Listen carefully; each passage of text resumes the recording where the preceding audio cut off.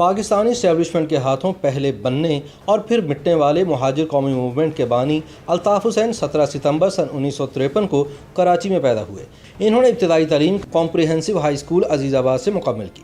سن 1970-71 کے درمیان الطاف حسین نے فوجی تربیت کا کورس کرنے کے لیے نیشنل سروس کیڈٹ اسکیم میں شمولیت اختیار کی، لیکن بہت کم لوگ جانتے ہیں کہ اس فوجی تربیت کے فوراً بعد وہ خود بھی پاک فوج کی بلوچ ریجمنٹ میں شامل ہو گیا۔ سن 1974 میں میڈیکل کالج میں داخلہ نہ ملنے کے بعد الطاف حسین نے اسلامیہ سائنس کالج سے مائکرو بایولوجی میں BSc کی، پھر کراچی یونیورسٹی کے شعبہ فارمیسی میں داخلہ لیا، جہاں 11 جون سن 1978 کو الطاف حسین اور اس کے ساتھیوں نے آل پاکستان مہاجر اسٹوڈنٹس آرگنائزیشن یا APMSO قائم کی۔ کئی برس تک الطاف حسین اور اس کی نومولود تنظیم کو تعلیمی اداروں میں جماعت اسلامی کی طلباء تنظیم اسلامی جمعیت طلباء کی مخالفت کا سامنا رہا۔ جب جمعیت کے تھنڈر اسکواڈ نامی مسلح بازو نے یونیورسٹی سمیت قریباً تمام تعلیمی اداروں میں ان کا داخلہ بند کر دیا تو الطاف حسین نے موقف اپنایا کہ ہم جمعیت کا مقابلہ نہیں کر سکتے، کیونکہ ان کے پیچھے جنرل ضیاء الحق ہے، یعنی جماعتیوں کے ساتھ ریاست کی طاقت ہے۔ تاہم پھر ضیاء الحق نے سندھ خصوصاً کراچی میں پیپلز پارٹی کو پیچھے دھکیلنے کے لیے الطاف حسین کے سر پر دست شفقت رکھنے کا فیصلہ کیا۔ شہری سندھ کے احساس محرومی اور مایوسی اور پرکشش نعروں کے سہارے ضیاء جنتا کی سرپرستی میں الطاف نے آگے بڑھنے کا سفر جاری رکھا۔ ضیاء دور میں بلدیاتی انتخابات کے موقع پر نمائندگی سے محروم عام لوگوں کو MQM کے ذریعے اپنی سیاسی نمائندگی کی امید نظر آنے لگی۔ ضیاء نے بھی پیپلز پارٹی کو ٹھکانے لگانے کے لیے جماعت اسلامی کی جگہ مہاجروں کو آگے لانے کا فیصلہ کر لیا۔ MQM نے اس ماحول کا فائدہ اٹھایا اور 8 اگست سن 1986 کو نشتر پارک میں ایک بڑا جلسہ کر کے طاقت کے مظاہرے کا فیصلہ کیا۔ گلی محلوں میں جلسوں اور مظاہروں کے ذریعے نشتر پارک جلسے کی زبردست تشہیر کی گئی۔ موسلا دھار بارش کے باوجود 2 گھنٹے تک الطاف حسین نے شعلہ بیانی کی۔ کہتے ہیں کہ نشتر پارک جلسے کی کامیابی نے الطاف حسین کے لیے سن 1987 کے بلدیاتی انتخابات میں کامیابی کی ایسی راہ ہموار کی جس کا اندازہ تو شاید خود الطاف حسین اور اس کی تنظیم کو بھی نہیں رہا ہوگا۔ ان انتخابات میں فقید المثال کامیابی کے نتیجے میں مہاجر قومی موومنٹ نے تقریباً تمام نشستیں حاصل کیں اور ڈاکٹر فاروق ستار MQM کے پہلے میئر کراچی منتخب ہوئے۔ سن 1988 میں جب بہت طویل عرصے کے بعد ملک میں جماعتی بنیادوں پر عام انتخابات ہوئے تو شہری سندھ پورا MQM اور دیہی سندھ مکمل طور پر پیپلز پارٹی کی جھولی میں آ گرا اور دونوں جماعتوں نے مل کر صوبائی اور وفاقی حکومتیں تشکیل دیں۔ مقبولیت کی اس انتہا پر الطاف حسین کی MQM بلا شرکت غیر کراچی کے سیاسی، بلدیاتی، انتظامی اور مالی معاملات کی مالک بن گئی، مگر یہ سیاسی اتحاد سن 1989 میں ہی ختم ہو گیا۔ اس سے قبل 17 اگست سن 1988 کو طیارے کے حادثے میں جنرل ضیاء الحق کی ہلاکت کے بعد کراچی سے تعلق رکھنے والے جنرل اسلم بیگ مرزا فوج کے سربراہ بنے، مگر نو منتخب وزیر اعظم اور پیپلز پارٹی کی سربراہ بے نظیر بھٹو سے ان کے تعلقات کبھی بہتر دکھائی نہیں دیے۔ اسلم بیگ کے زمانے میں بے نظیر الطاف حسین کی حمایت سے محروم ہیں اور پھر اکتوبر سن 1989 میں ایوان میں عدم اعتماد کی تحریک سے مشکل بچنے والی ان کی حکومت اگست سن 1990 میں صدر غلام اسحاق خان نے برطرف کر دی۔ بے نظیر نے اس کا ذمہ دار فوجی اسٹیبلشمنٹ اور خاص طور پر خفیہ اداروں اور جنرل اسلم بیگ کو قرار دیا اور یہ موقف اختیار کیا کہ جنرل بیگ نے سیاسی قوتوں کو استعمال کر کے پیسے اور طاقت کے بل پر ان کی حکومت ختم کروائی۔ MQM حقیقی کے سربراہ آفاق احمد کے بقول سن 1989 میں جنرل اسلم بیگ نے مہران بینک سکینڈل والے یونس حبیب کے گھر الطاف حسین، یوسف ایڈوکیٹ اور مجھ سے ملاقات میں کہا کہ بھائی قومی دھارے کی سیاست کیجئے، اب آپ لسانی سیاست کو خیر بات کہہ دیجئے، آپ ہی کا آگے مستقبل ہے۔ جنرل بیگ کی اس بات پر الطاف حسین نے رسماً کہا کہ جناب ہمارے پاس اتنے وسائل نہیں۔ اسلم بیگ نے یونس حبیب سے کہا اور یونس حبیب نے فوراً الطاف حسین کو تگڑی رقم تھما دی۔ آفاق احمد کے بقول مہاجر کاز چھوڑ کر قومی دھارے کی سیاست کے لیے رضامندی ظاہر کرنے کی وجہ سے الطاف کے ساتھ اس کا پہلی بار اختلاف ہوا۔ تجزیہ کاروں کی رائے ہے کہ فوجی قیادت اور اسٹیبلشمنٹ پیپلز پارٹی کے مقابلے پر اپنے حامیوں پر مشتمل حزب اختلاف کا بلاک قائم رکھنا چاہتی تھی۔ جنرل بیگ کے زمانے میں ہی پیپلز پارٹی کے سابق رہنما غلام مصطفیٰ جتوئی اور دیگر کو ملا کر متحدہ اپوزیشن پارٹی بنوائی گئی۔ ملک بھر میں اس کے جلسے ہوئے اور کراچی میں تو شاہراہ قائدین پر بہت ہی بڑا جلسہ ہوا جس میں الطاف حسین کا جادو بھی بولتا دکھائی دیا۔ بعد میں جتوئی صاحب نے تسلیم کیا کہ جنرل اسلم بیگ دراصل صدر بننا چاہتے تھے اور جتوئی صاحب کو تاثر تھا کہ وہ وزیر اعظم ہوں گے۔ جب صدر غلام اسحاق خان نے جنرل اسلم بیگ کو بطور آرمی چیف مدت ملازمت میں توسیع نہیں دی تو فوجی قیادت تبدیل ہوئی اور جنرل آصف نواز جنجوعہ آرمی چیف بن گئے۔ اس وقت تک اپنی پارلیمانی طاقت کے بل پر کھڑی الطاف حسین کی MQM کو اپنی سیاسی اہمیت اور طاقت کا اندازہ تو ہو چکا تھا، مگر اس کا اصل منبع یعنی فوجی اسٹیبلشمنٹ کی طاقت کا اندازہ لگانے میں شاید کہیں بھول ہو گئی۔ الطاف حسین اور ایم کیو ایم نے علاقائی کنٹرول کی پالیسی اپنا لی۔ طاقت کے بل پر علاقوں کو اپنی گرفت میں رکھنے کی کوششوں میں ایم کیو ایم سے کئی فاش غلطیاں ہوں۔ ان میں فوج کے میجر کلیم کو لانڈھی میں اغوا کرنے کی غلطی بھی شامل تھی۔ الطاف اس قدر اوقات سے باہر ہو گیا تھا کہ ایک بار اسے آرمی چیف جنرل آصف نواز جنجوعہ کی فون کال آئی تو الطاف نے خود بات کرنے کی بجائے عمران فاروق سے کہا کہ تم بات کر لو۔ جب عمران فاروق نے جنرل آصف نواز جنجوعہ کو بتایا کہ الطاف بھائی مصروف ہیں، آپ مجھے بتائیں، تو جنرل آصف نواز جنجوعہ آگ بگولا ہو گئے اور انہوں نے فون رکھ دیا۔ اکتوبر سن 1990 کے انتخابات ہوئے اور نواز شریف کی قیادت میں مرکز میں اسلامی جمہوری اتحاد نے کامیابی حاصل کی تو الطاف حسین کی ایم کیو ایم نے نواز شریف حکومت میں شمولیت اختیار کر لی۔ پیپلز پارٹی کے کھلے دشمن جام صادق، نواز شریف اور الطاف حسین سن 1990 میں ایک جلسے کے دوران سٹیج پر ایک ساتھ بیٹھے نظر آئے۔ سیاسی طاقت کے بل پر ایم کیو ایم اس وقت تک اتنی مضبوط ہو چکی تھی کہ شہر اور پولیس جیسے ریاستی اداروں کا کنٹرول سنبھالنے کی کوششیں بھی کی جانے لگیں اور بلدیہ سندھ حکومت کے معاملات میں الجھنے کے ساتھ ساتھ دیگر اداروں سے بھی دانستہ یا غیر دانستہ مٹ بھیڑ کی نوبت آنے لگی۔ پولیس، عدالتی نظام اور شہریوں کی جانب سے اس سب پر ہلکی پھلکی موسیقی بھی شروع ہو چکی تھی۔ کئی ایم کیو ایم رہنماؤں کا دعویٰ ہے کہ ایسی شکایات بڑھنے پر تنظیمی نظم و ضبط حرکت میں آیا اور مقامی اور علاقائی تبدیلیوں کا آغاز ہوا۔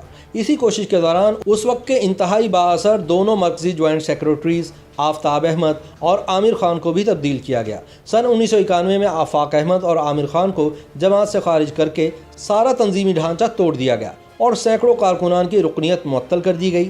ایم کیو ایم سے نکالے جانے والے یہ دونوں رہنما اور ان کے کئی حامی یا تنظیمی کارکنان و عہدیدار شہر سے چلے گئے یا روپوش ہو گئے۔ یہ ایم کیو ایم میں تب تک کی سب سے بڑی بغاوت تھی۔ ایم کیو ایم میں جرائم پیشہ عناصر کے در آنے کی ایسی ہی اطلاعات پر جنرل آصف نواز جنجوعہ کی قیادت میں فوجی اسٹیبلشمنٹ نے نواز شریف حکومت کو کارروائی کے لیے فوجی آپریشن کا مشورہ دیا، جو بعد میں آپریشن کلین اپ کے نام سے جاری رہا۔ نومبر سن 1991 میں وزیر اعلیٰ سندھ جام صادق علی نے الطاف حسین کو اطلاع دی کہ کوئی بڑا آپریشن ہونے والا ہے اور بہتر ہے کہ آپ ملک سے چلے جائیں۔ جام صادق کے مشورے پر الطاف حسین لندن بھاگ گیا۔ بالآخر 19 جون سن 1992 کو کراچی آپریشن شروع ہوا، جس کی ایم کیو ایم نے بھی حمایت کی، لیکن جب آفاق اور عامر خان کی ری انٹری ہوئی تو ایم کیو ایم کو اندازہ ہو گیا کہ جرائم پیشہ افراد کی بجائے دراصل انہیں ہدف بنا لیا گیا ہے۔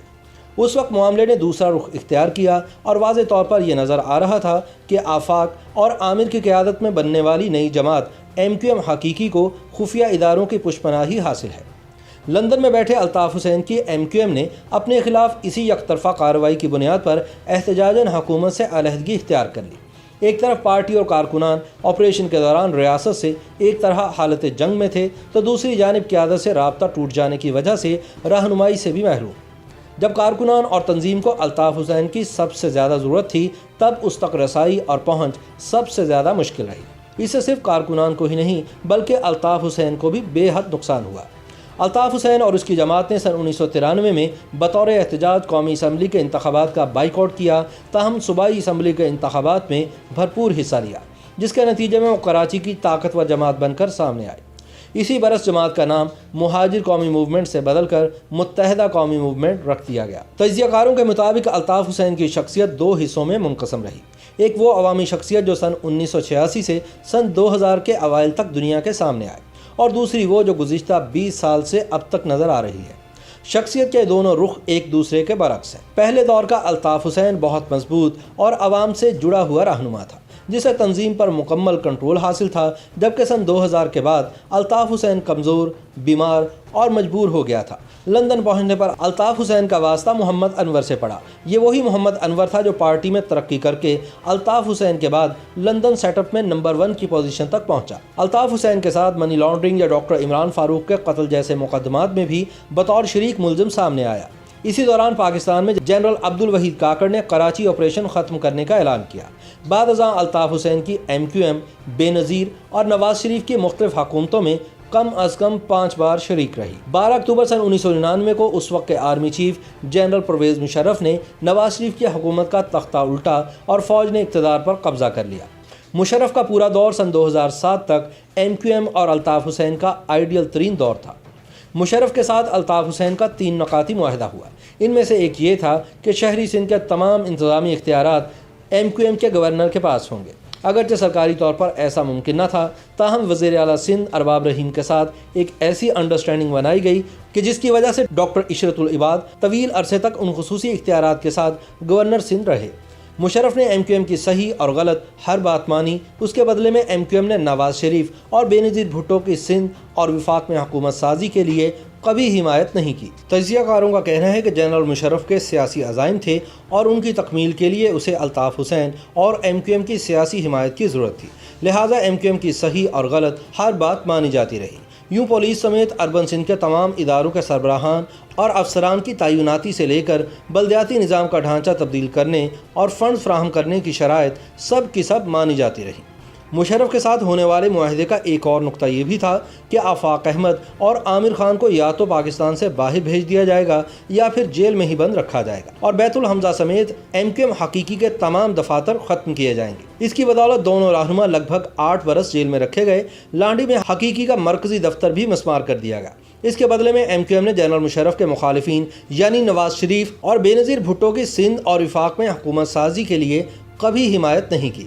تاہم سکھ کے اس زمانے میں پارٹی میں اندرونی تبدیلیاں اور بیرونی مسائل سامنے آتے رہے۔ لندن میں بیٹھے الطاف حسین نے ندیم نصرت کو امریکہ سے واپس بلایا اور یہ بات محمد انور اور بہت سے دیگر رہنماؤں کو پسند نہیں آئی۔ کراچی اور لندن میں ان تبدیلیوں نے پارٹی میں نئی مگر خفیہ دھڑے بندی کو تیز کر دیا۔ عامر خان اور آفاق احمد کو الطاف حسین کے کہنے پر مشرف دور میں کئی سال جیل میں رکھا گیا، لیکن بعد میں سافٹ ویئر اپ ڈیٹ ہونے کے بعد وہ الطاف حسین کی قیادت میں ہی ایک بار پھر MQM میں شامل ہو گئے۔ MQM کے عہدیدار تیزی سے تبدیل کیے جانے لگے اور نئے نئے واپس آنے والے رہنماؤں عامر خان اور ندیم نصرت کی رائے کو اہمیت ملنے لگی۔ ان فیصلوں پر ناراض کارکنوں نے اپنے ساتھیوں کی تنظیمی خلاف ورزیوں، سرکاری اداروں سے متعلق مالی بدعنوانیوں اور دیگر بگڑتے معاملات پر پہلی بار دبے لفظوں پارٹی کے اندر اور پھر کھلے عام سماجی محافل اور سیاسی بیٹھکوں میں اعتراض کرنا شروع کیا، مگر الطاف اس سے بے خبر رہا۔ لندن اور کراچی ان تبدیلیوں سے گزر ہی رہے تھے کہ جنرل مشرف نے الطاف حسین کو مشورہ دیا کہ وہ پاکستان واپس آ جائے۔ تاہم MQM کے کئی رہنماؤں نے وطن واپسی پر قتل ہو جانے کے خدشات ظاہر کر کے الطاف حسین کو لندن میں ہی رہنے کا مشورہ دیا۔ وجہ یہ تھی کہ ہر سطح پر نئے عہدیدار نہیں چاہتے تھے کہ الطاف حسین کراچی واپس آئے اور تنظیمی خلاف ورزیوں یا مالی بدعنوانی کے معاملات سے واقف ہو کر ان میں ملوث عناصر کے خلاف کوئی انتہائی قدم اٹھائے۔ اسی دوران مشرف کی حمایت میں کراچی میں MQM کے ہاتھوں 12 مئی سن 2007 کا واقعہ پیش آیا، جس میں درجنوں افراد جان کی بازی ہار گئے۔ اس کے بعد لندن میں الطاف حسین کی سالگرہ کے دن عمران فاروق کے قتل کی واردات بھی ہو گئی۔ اس وقت تک عمران فاروق الطاف حسین سے راہیں جدا کر چکے تھے اور یہ افواہ تھی کہ وہ اپنی سیاسی جماعت کی بنیاد رکھنے والے ہیں، لیکن اس سے پہلے ایک بڑی گڑبڑ تب ہوئی جب سن 2007 میں بینظیر بھٹو کا قتل ہوا اور سن 2008 کے انتخابات میں زبردست کامیابی حاصل کرنے والے آصف زرداری نے جنرل مشرف کو ایوان صدر سے رخصت کیا اور خود صدر بن گئے۔ جنرل مشرف کا جانا الطاف حسین کے لیے گھبرانے والا موقع تھا، کیونکہ زرداری کو نہ تو الطاف کو ساتھ لے کر چلنے کی ضرورت تھی اور نہ ہی وہ اس کے خواہش مند تھے۔ پھر ذوالفقار مرزا کارڈ استعمال ہوا اور MQM کے ہانی مون کا اختتام ہوتا نظر آیا۔ پیپلز پارٹی میں موجود رحمان ملک جیسے لوگوں کی کوششوں سے MQM نے حکومت سے رابطے تو قائم کر لیے، مگر الطاف حسین کا یہ فیصلہ بھی پارٹی میں پسند نہیں کیا گیا۔ مگر مسئلہ وہی تھا کہ کوئی بھی الطاف حسین کی مخالفت نہیں کر سکتا تھا۔ اب الطاف حسین کے لیے ہر طرح اور ہر طرف سے پریشان کن صورتحال پیدا ہوئی۔ حکومت میں شمولیت کے بغیر MQM کی بقا کا مسئلہ، پے در پے فیصلوں کی ناکامی یا غیر مقبولیت، پارٹی میں دھڑے بندی، اسکاٹ لینڈ یارڈ کی جانب سے عمران فاروق قتل کی تفتیش کے دوران منی لانڈرنگ کیس کا ابھر آنا، بھارتی خفیہ اداروں سے روابط کا انکشاف اور اعتراف، لندن میں قیام کی وجہ سے پارٹی پر ڈھیلی پڑتی ہوئی گرفت اور کراچی سے آنے والی مالی بدعنوانی میں ساتھیوں کے ملوث ہونے کی شکایات، کتنا کچھ تھا۔ اس سب نے مل کر الطاف حسین کو شدید عدم تحفظ کا شکار بنا دیا۔ تب الطاف حسین کی شخصیت کا دوسرا روپ ابھر کر سامنے آیا، یعنی کمپرومائز، ذہنی طور پر منتشر اور مغلوب، نہ وہ کروفر، نہ وہ تم تراک اور نہ وہ پہلی سی رمق۔ اس دور میں کبھی کبھی تو ایسا لگتا تھا کہ جیسے الطاف حسین ایک نفسیاتی مریض ہے۔ اس کے علاوہ جسمانی طور پر کثرت شراب نوشی، گردوں کی بیماری،